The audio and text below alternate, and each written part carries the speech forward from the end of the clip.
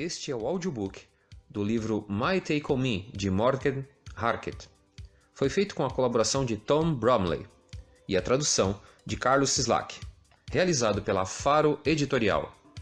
O livro é dedicado aos filhos de Morten Harket, Jacob, Jonathan, Carmen, Tomini e Henny. No início do livro, existe um trecho de agradecimentos, onde Morten relata o seguinte: neste livro, me propus a fazer um registro sobre os primeiros tempos do a-ha, aqueles dias da formação, no início dos anos 1980, em que nós três estávamos criando uma banda de sucesso. É também um relato sobre sonhos pessoais que se tornaram de domínio público e a maneira como isso afetou a minha vida pessoal. Abordo mais detalhadamente nossos primeiros anos com o a-ha até a apresentação no Rock in Rio, no estádio do Maracanã, em janeiro de 1991. Não se trata aqui de um diário de rock and roll, mas de um conjunto de memórias daquele período, as mais relevantes. Eu me interesso muito mais por aquilo que está por trás das coisas, pois, no fim das contas, é o que nos faz ser o que somos. Este livro é sobre minha autoaceitação, My Take On Me. Morten e Tom gostariam de agradecer em especial a Hakon Harket, Harald Wilk, Terry Slater, Ingunn Harket, Inês Anderson, Ben Mason, Ed Wilson, Sheila Heiler e Greg Lansdowne por todo apoio, ajuda e contribuição durante a criação deste livro. Capítulo 1. Rio, Parte 1. Na vida, há certas ocasiões em que a Terra não sai do lugar e, ao mesmo tempo, você sente que ela continua girando em torno de seu próprio eixo. Passei por um momento assim durante minha apresentação no maior festival de rock do mundo. Em janeiro de 1991, o a-ha estava no Brasil, no mundialmente famoso Estádio do Maracanã. Em 1985, o primeiro Rock in Rio fora realizado com shows do Queen, AC/DC, de Rod Stewart e do Yes. A versão de 1991 transcorreu durante 9 noites e incluiu os nomes de maior destaque da época do pop do final dos anos 1980 e início dos anos 1990. Além do a-ha, entre outras atrações principais destacaram-se Guns N' Roses, Prince, George Michael, New Kids on the Block e Nexus.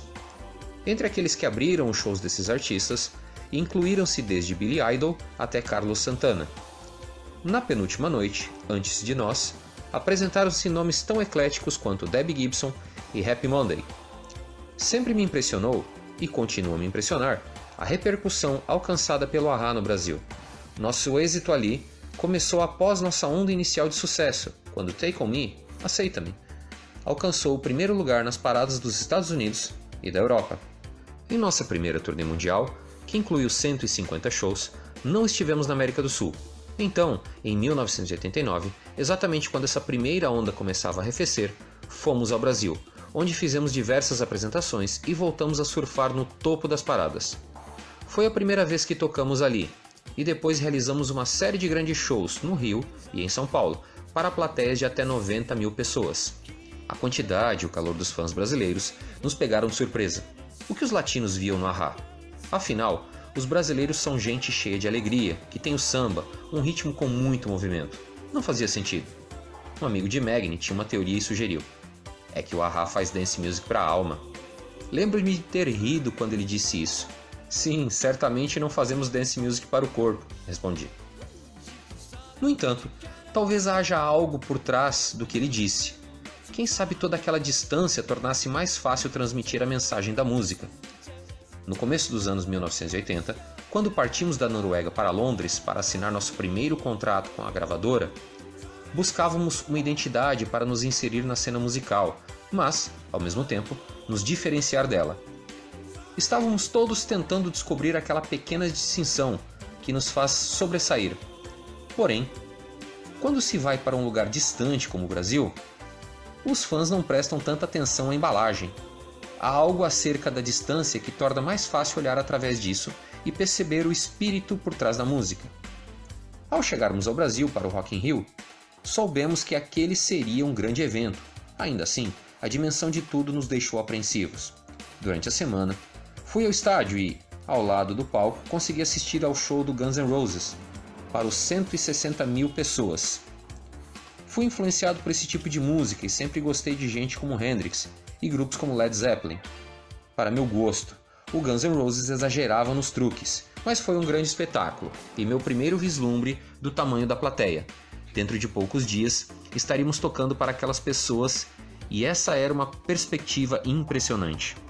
2 anos antes, eu, meu amigo jornalista Han e um turista inglês chamado Martin observávamos a decolagem de um avião Cessna com capacidade para 5 passageiros, que nos levara até uma pequena clareira no coração da floresta amazônica. Vimos o pequeno avião desaparecer no céu avermelhado pelo sol do entardecer, com o ruído de seus 2 motores perdendo a força e sendo substituído pelo zumbido dos insetos. Em seguida, o silêncio. Apenas nós, nossa bagagem e nenhum sinal do nosso guia. Com o anoitecer chegando, nos entreolhamos. Tudo bem, a ausência do guia era um problema, mas a ausência total de pessoas era algo ainda mais preocupante. A viagem foi uma decisão tomada por impulso. O AHA terminara uma série de grandes shows na América do Sul e eu precisava de um tempo. Queria fugir daquilo tudo, escapar da pressão e do estresse de ser propriedade pública, fugir de ser perseguido por toda parte por fãs bem intencionados e pelos paparazzi. Ryan e eu viajáramos pelo Brasil, avião após avião, tentando nos livrar da mídia. As distâncias que percorríamos eram enormes. É fácil esquecermos que o Brasil só é um pouco menor que os Estados Unidos ou a Europa. E toda vez que pousávamos, sabíamos que, cerca de 1 hora depois, a imprensa chegaria ao local. Só quando fretei o Cessna, soube que finalmente escaparia das lentes das câmeras. Não tive muito tempo para achar um avião, mas, por não ter sentido o cheiro de álcool na boca do piloto, considerei aquilo um bom sinal. Durante horas, sobrevoamos a floresta tropical, densa e verde escura, até o nosso destino, um local próximo a Rio Branco, quase na fronteira com a Bolívia. Deveríamos ser recebidos na minúscula pista de pouso por um agricultor, que seria o nosso guia. Orientados por ele, penetraríamos a mata a pé, de canoa e carro. Este era o plano. Desde cedo na vida, a natureza sempre foi um santuário para mim. Durante minha adolescência e juventude, colecionei orquídeas selvagens e meu caso de amor com o meio ambiente jamais desapareceu. No auge da popularidade do AHA, o mundo natural era onde eu podia desaparecer e me reencontrar. Han, Martin e eu formávamos um trio curioso, sobre vários aspectos. Um grupo tão improvável quanto Paul, Magni e eu no AHA. Han havia acabado de terminar com a namorada e, assim, por motivos distintos, também quis fugir de tudo. Ele não viajara muito para fora da Europa e estava, em suas próprias palavras, morrendo de medo daquela viagem. Han ficava lendo em voz alta trechos dos livros que comprara sobre a Amazônia. Você sabe que a chamam de Inferno Verde? Além dos perigos relativos à natureza, Han também não parara de nos lembrar, a todo instante, dos perigos criados pelos homens. Poucos meses antes da nossa visita, o ativista e ambientalista Chico Mendes fora assassinado em Chapuri, uma pequena cidade próxima de onde nos encontrávamos. Por muitos anos, Mendes militara a favor da proteção da Amazônia, contra as ameaças do desmatamento e da pecuária extensiva. Em dezembro de 1988, ele foi morto por um fazendeiro, o 19º ativista assassinado naquele ano. Claro que Han, depois de receber de mim toda essa informação, ficou ainda mais preocupado. Ali estávamos nós, avançando na direção do coração de um território selvagem, desarmados e desprotegidos. Martin, nosso companheiro de viagem, era um pouco mais audacioso. Após concluir um trabalho, ele decidiu viajar pela América do Sul por algum tempo. Além de ser um cara legal, tinha conhecimentos linguísticos muito necessários. No lugar para onde estávamos indo, ninguém falava outra língua além do português. Embora Martin, como Ryan e eu, não falasse uma palavra desse idioma, era fluente em italiano. Parecia haver suficiente semelhança entre as duas línguas, pois ele conseguiu se fazer entender. Assim, fizemos o convite para Martin se juntar a nós. Com o sol desaparecendo atrás da copa das árvores, só nos restou sentar na clareira e esperar. Cerca de meia hora depois da partida do avião, finalmente escutamos o ruído da aproximação de um carro. O motor tossia e ofegava, parecendo à beira da exaustão. Quando o carro enfim chegou, o condutor não era o nosso guia, mas sim um motorista de táxi local. Sua mulher escutara o barulho do avião e o chutara para fora da cama, para que ele viesse ver se alguém precisava de uma condução. Graças a Deus ele fez isso. O motorista de táxi era um negro imenso, tão grande que mal sobrava espaço para nos acomodarmos, mas ficamos satisfeitos com a presença dele e demos um jeito de nos espremer no interior do veículo. A viagem pela Amazônia continuou a se desenrolar de modo surreal. No dia seguinte, Jefferson, um amigo do guia, apareceu no hotel e se ofereceu para assumir o seu lugar. ele explicou que nosso guia original conhecera uma garota e dera uma escapada com ela. Jefferson ligou para o nosso quarto do hotel para dar essa explicação. Mas o seu desconhecimento do inglês e o meu desconhecimento do português eram de tal ordem que ele precisou de quase 1 hora para me fazer entender que estava me esperando na recepção, a não mais de 3 metros do nosso apartamento. Jefferson convidou nós 3, Han, Martin e eu, para uma refeição em sua casa para discutir a nossa visita. Assim que terminamos de comer, Jefferson quis ampliar sua generosidade como anfitrião. Debruçando-se sobre a mesa, perguntou se eu gostaria de ficar com a sua mulher à noite. Ela, que estava sentada à mesa conosco, sorriu sem jeito, enquanto eu, educadamente, procurava declinar a oferta. Jefferson, acho, não entendia minha recusa. Ela é muito boa, ele insistia, oferecendo de novo toda vez que eu me recusava. No dia seguinte, enfim, partimos para ver aquilo pelo que eu tanto viajara, os infinitos encantos da floresta tropical. Embarcamos com Jefferson numa canoa e começamos a remar, navegando ao longo de um rio esplendoroso. Após algum tempo, consegui relaxar, até que enfim, uma pausa. Fui capaz de me desligar do meu habitual estado de prontidão máxima, desacelerar e experimentar a tranquilidade do ambiente. No entanto, esse relaxamento durou apenas algumas horas. Pouco antes de terminarmos aquela nossa jornada exploratória, notei um alvoroço à nossa frente, na margem do rio. Quando a canoa parou, desembarquei na rampa de terra e escutei um som demasiado familiar. Senti um calafrio percorrer minha espinha. Não entendi o que diziam, mas, entre as palavras em português, reconheci meu nome e o da minha banda. Então, escutei ruídos surdos de passos e gritos histéricos, e vi um grupo de 30, 40, 50 mulheres correndo em nossa direção. Paralisei na hora. Como até aquele momento me sentia relaxado, minha guarda estava baixa. Tudo que havia atrás de mim era o rio. Assim, não tinha como escapar das mulheres que corriam em minha direção. Elas estavam tão histéricas que nem mesmo reduziam a marcha à medida que se aproximavam. Lembro-me da adolescente que liderava o pelotão, uma garota enorme que se atirou sobre mim. Ergui o cotovelo para amortecer o impacto e ela o atingiu em cheio. Foi um pandemônio. Um contraste cruel com a paz que eu desfrutara apenas alguns minutos antes. Em minha mente, sempre guardei aqueles santuários para onde eu podia escapar, onde podia recarregar as energias e ser apenas eu mesmo. Naquele momento, porém, me pareceu que não restara mais nenhum lugar para ir. Como músico, meu objetivo jamais foi virar celebridade. Além disso, o A-ha não era uma banda que criava factoides ou dava declarações bombásticas para ganhar manchetes. Nunca saímos em busca do circo da música pop, mas, com sucesso, o circo veio naturalmente em nosso encalço. E, como líder da banda, sua pressão implacável pesou sobretudo em meus ombros. Dei o melhor de mim para lidar com isso, contudo, após o episódio às margens do rio Amazônico, pude sentir seu insidioso efeito insinuando-se em cada aspecto da minha vida. Quando estava em público, eu era uma pessoa diferente. Comportava-me como um animal recorrendo aos instintos para ler os sinais. Aprendi sozinho a caminhar num ritmo alucinante, 50% mais rápido do que o normal. A primeira coisa que fazia eu entrar num recinto era descobrir como poderia escapar dele. Aprendi a captar o astral de uma situação de modo incrivelmente rápido, observando as pessoas através de seus reflexos, dos muito óbvios aos muito sutis. Era capaz de perceber o instante em que alguém me reconhecia e eu tirava vantagem dos preciosos segundos em que a mente da pessoa elaborava quem eu era. Esses pequenos incidentes ou detalhes podiam não parecer importantes, mas eu notava muitas vezes como esses gatilhos se desenvolviam dentro de mim quando eu menos esperava. Num primeiro momento, era parado por um indivíduo. No seguinte, tinha de encarar toda uma multidão. Grande parte do tempo, havia seguranças ao meu lado, mas muitas vezes a presença deles era autodestrutiva.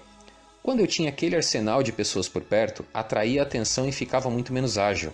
Entretanto, alguns lugares, como no caso do Brasil, exigiam que eu tivesse um grupo ao meu lado. Não tanto para me proteger, mas para proteger as pessoas e os fãs, para assegurar que os acontecimentos não fugiriam do controle, para garantir que ninguém se machucaria na confusão. Meu segurança principal era um cara chamado Jerry Judge, um irlandês engraçado e de língua afiada, que eu amava e ao mesmo tempo odiava.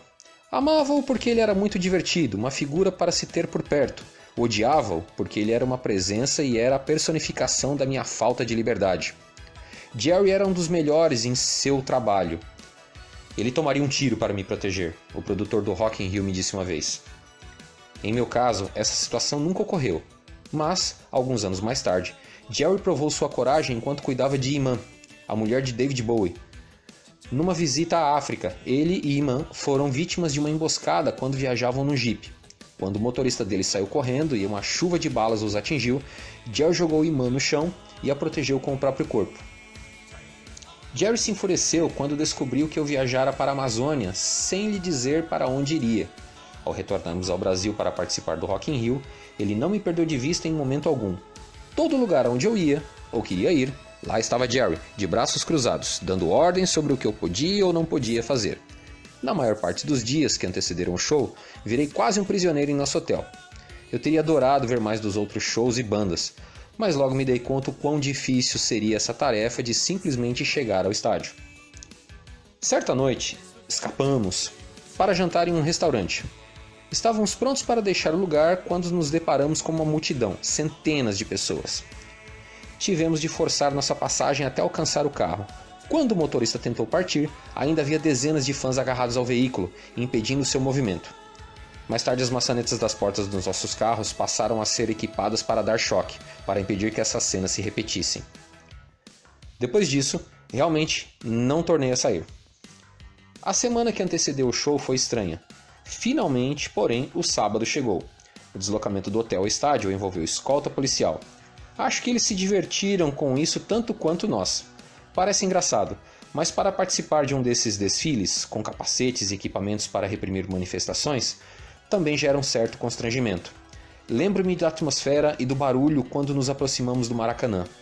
Trata-se de um dos maiores estádios do mundo e a adrenalina tomou conta de mim quando ele se tornou visível. Tudo era extremo. O calor e a umidade da noite, o frio de gelar do ar-condicionado.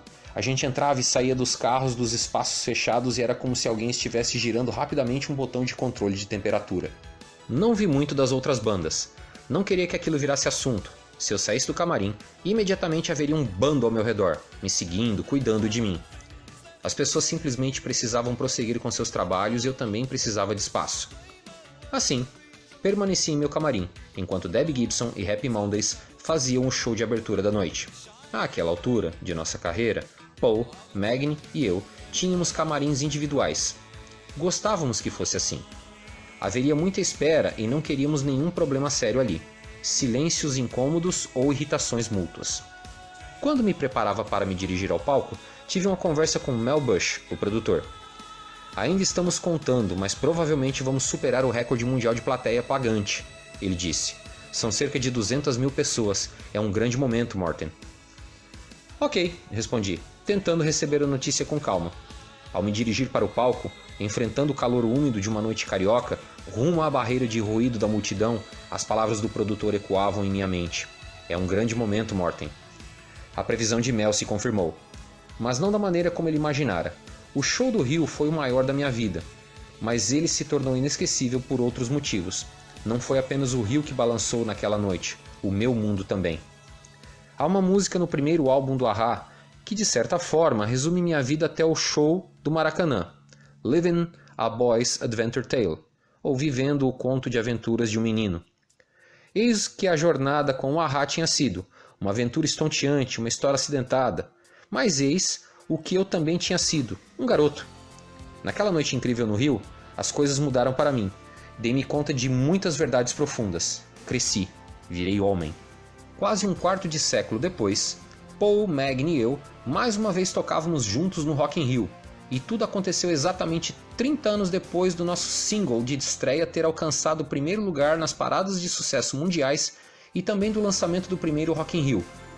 Não sou do tipo nostálgico, costumo olhar sempre para frente, mas tudo isso me trouxe muitas lembranças. Eis do que se trata este texto autobiográfico: dar a vocês a verdadeira história desse conto de aventuras de um menino e oferecer-lhes a minha autoaceitação. É uma história que alcança seu clímax no estádio mais famoso do planeta, mas que começa a meio mundo de distância, 3 décadas antes, no coração do sul da Noruega.